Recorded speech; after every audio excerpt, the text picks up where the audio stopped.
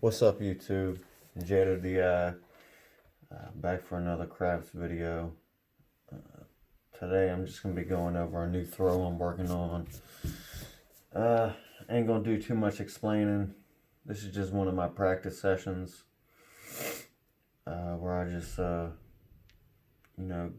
over one of my daily routines for practicing before I go to the casino to play for real money.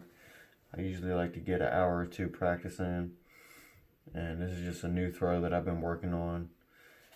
So, like I said, I ain't gonna be doing too much talking. I'm just be marking my numbers, calling out numbers. Besides that, ain't really got too much to say. Besides, it's a new roll. It is an all 7 set, and I kind of did another one like this where I held them like this and then threw them to the side and bounced them. But this one I'm just going to be straight shooting them with a little bit of an arch, but still skidding them across the table, something like that. I've been doing a couple practice runs with it. I've been getting some good numbers. So I'll just be, practicing with this. And, you just want to make sure you practice before you go to the casino. You don't want to go in there cold. You don't go to a sports game when you're cold. You want to warm up before you get into the game, and you definitely want to do that before you go and take this to play for real money. When you got your money on the line, you want to make sure you're warmed up. So, here we go.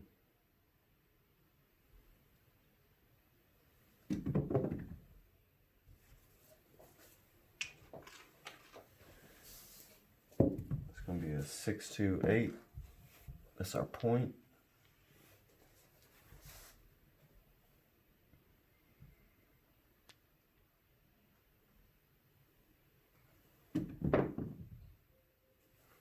It's going to be a yo.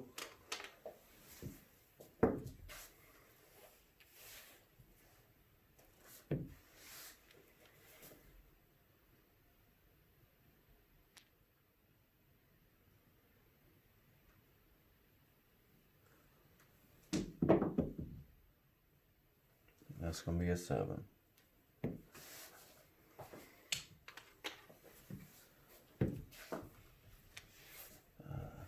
The dice didn't really do what I want them to on that one. They kind of stuck to the table a little bit. So they didn't break up enough on that one. And this is why we practice. This is why we practice before we go and play for real money. But yeah, one of the dice kind of just stuck in the corner a little bit and didn't roll all the way down and hit the wall like I want this throw to do. Which is kind of one of the problems with this throw. But I do seem to hit a lot of hardways. Like that. That was a hard 6. I do seem to hit a lot of hardways like this. And also hit a lot of horn numbers. But if you don't get them just right on that landing zone, they tend to mess you up a little bit. There's my 4.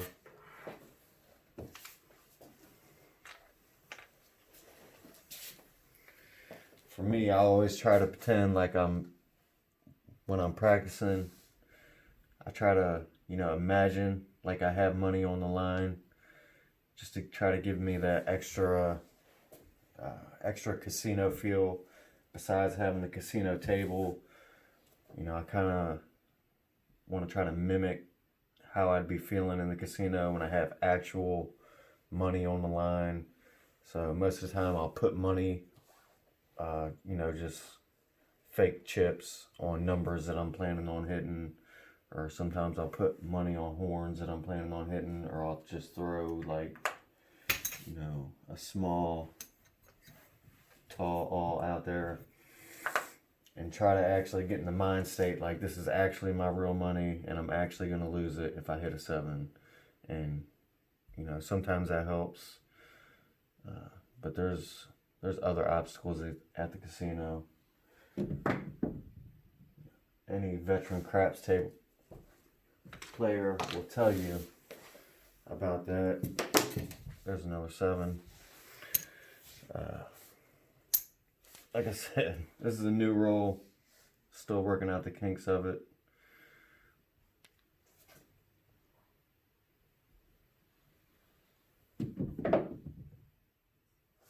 And another 7. Oh, I had a dice flip. That was a 7. You know what? I'm thinking this shot might actually be better with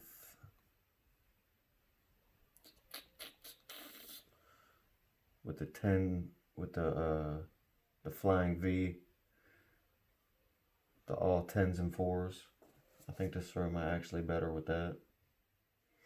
So I'm gonna try it with that. If something's not working, you just need to switch it up. Like if that would have happened at the casino, yes, I still would have hit the 4, but I probably wouldn't have pulled down because it was only 2 score hits. Well, I wouldn't have took this throw to the casino anyway, but until I had it down. But y'all know. What am I doing? 2V.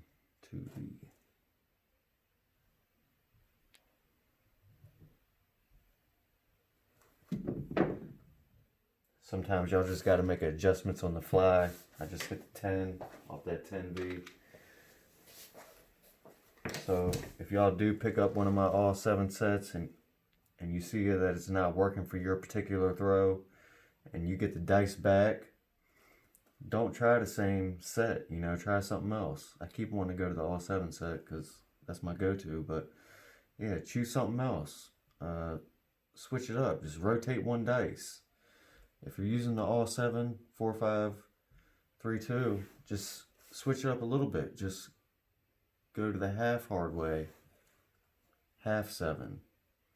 So that'd be 4, 5, 3, 5, and that might make a significant difference. Or you can always go to a 3V or a 2V or any other set that you like. Just from throwing this a little bit, I'm thinking that the 2V might be really good for hitting 10s and 4s with this throw. Especially the way those 7s were coming. That's an 8. By the way, our point is 5. That's a hard 8.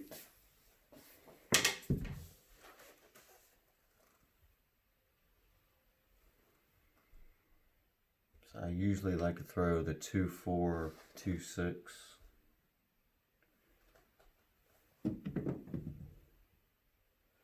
And that's another 7. So maybe that set isn't good for that throw. Or maybe I'm just, not warmed up. This is the first time I'm throwing for today. So let's try another set. Let's try the halfway hard, halfway 7. So we'll do a 4, 5, 3, 5.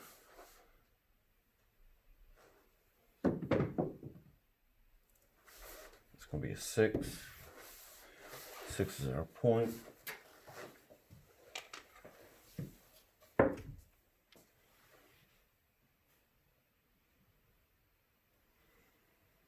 So again, it's a 4, 5, 4. I'm sorry, 4, 4, 5, 3, 5. It's going to be a 6. It's a buckshot folia.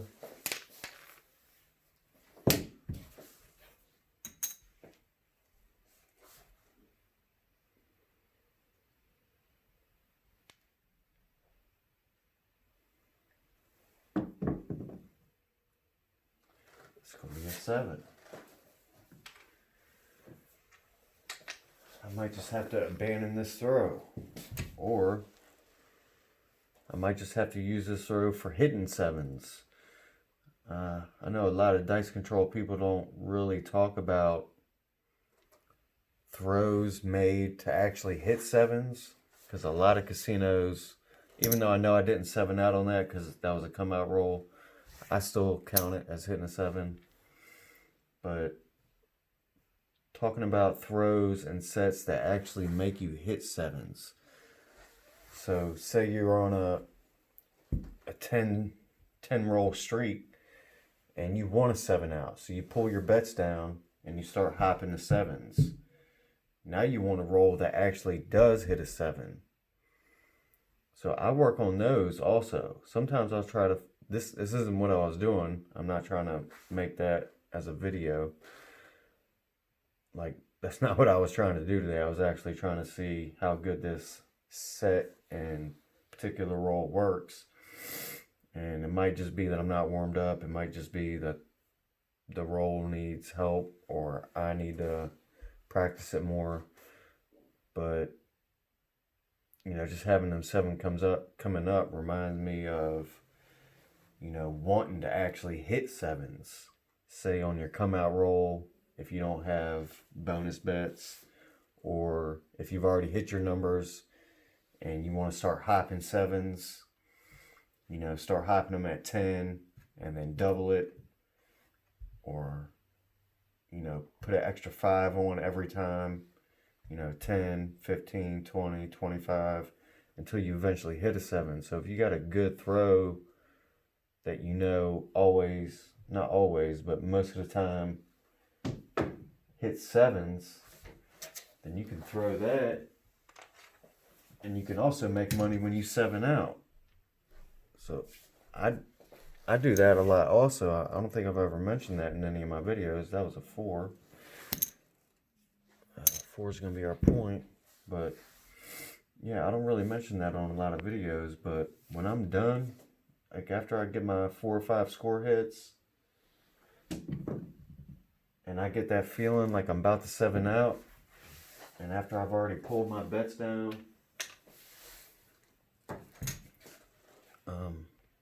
I'll start hopping the 7s. You know, I'll start low, like $5 each, just hopping them. I believe that gets you like $125 or $150 if you hit one, and then just start raising it from there. Because I know my SOR is around, you know, 10 to 15, so I'll usually hit the 7 within that, and I usually do. But if I go past 5, or if I start eating into my winnings, then I'll stop chasing that 7, because it's just not worth chasing it up that high, and then you end up getting on a roll streak where you can't hit a 7, you know, to save your life. Like, you won't really want to hit that 7, but you can't even do it. Like, you want nothing more than to hit that 7, and it just won't come up. Like, when you want it, it won't come up. And at that point, it's just not worth it to keep chasing it like that, because you'll probably run out of money before it ends up hitting, unless you got some kind of endless bankroll. But Sir's doing all right for right now. I switched back to the all 7 set. Maybe I just needed to warm up a little bit. It's working all right now. I did change up my throw just a little bit. I'm throwing just a little bit harder now. So maybe that was it.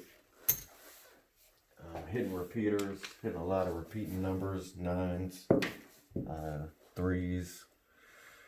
So that could be it. Maybe just needed to throw it a little bit further, a little bit harder. And that's exactly what I'm doing. That's another 3. What was that? That was like 3 3s in a row. So, I mean, that's how you learn, and that's how you progress in this game. You just gotta like notice your patterns. Notice what you did differently to make this roll better than the last roll. Last roll, I was throwing softer. I was throwing closer. Actually, I was throwing further away from the table. Now I'm throwing closer to the table, and I'm throwing harder, which is giving me a lot better results than last time. It's going to be a hard 6.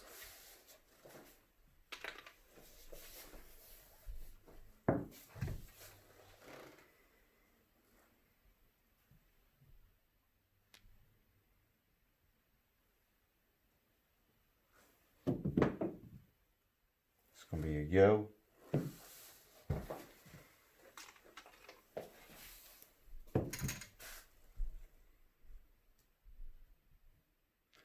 So I noticed throw has potential. Like I said, I just got to get it dialed in. That's an 8. And I think that was a needed change. Definitely throwing harder and closer to the ball.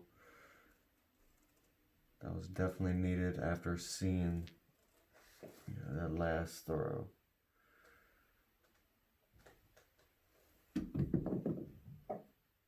It's going to be a 12.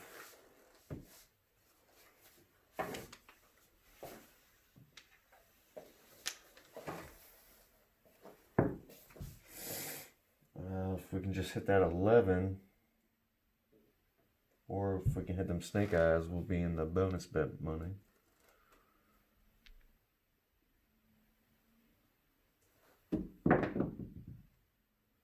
It's going to be another 9.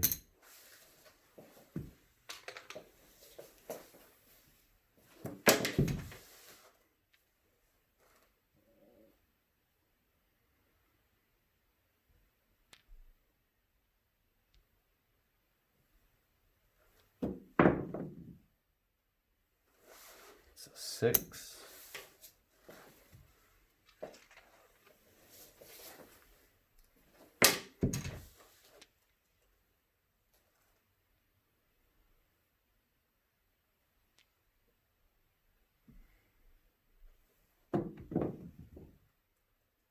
It's another yo. Oh, that's a yo. That's a yo. I thought I'd already hit the... Oh, I did already hit a yo. I'm sorry. I did already hit a yo. We need that. We need to hit a 10.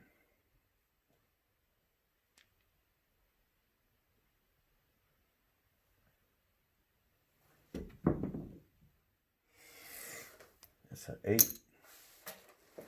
That was a little shorty. A short roll. That one could have got us, but we got lucky. Try not to let that happen again. That's a 5.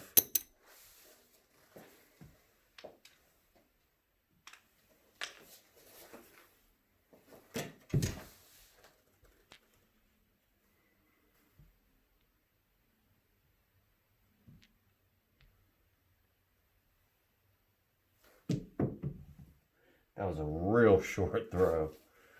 Real short throw, no power. The dice kind of slipped out of my hand, and that's a 7. So, still a good roll. Still through 19, 18, 17. Still through 17 shots. It's not bad for a roll that's still in production. I'm still working on. I just want to thank everybody who's been commenting on my videos, liking my videos, sharing. I really appreciate it. I'm going to try to do something special. I'm going to bring in, for one of my next videos, it might actually be like a little series. I'm going to bring in a friend of mine, actually 2 friends of mine, and I'm going to see whether it's better to be a random roller betting at a $25 minimum table with bets all the way across to see and give them all, both the same money, $200 starting, give the random roller the first roll, and they can pull their money down whenever they want. And then I'm also going to bring in a friend who I've been trying to teach dice control to. So I would call him a beginner dice controller. He doesn't really practice that often. He doesn't have a table, so he only practices when he comes here. And he's only been practicing, a couple weeks. So I'm going to try to see, is it better to be a random roller, or is it better to be a beginning dice controller? I don't know. We'll find out. But like I said, thanks again for everybody who likes, comments. I really appreciate it. Thank you for liking my videos. And I'll see y'all in the next one. Peace.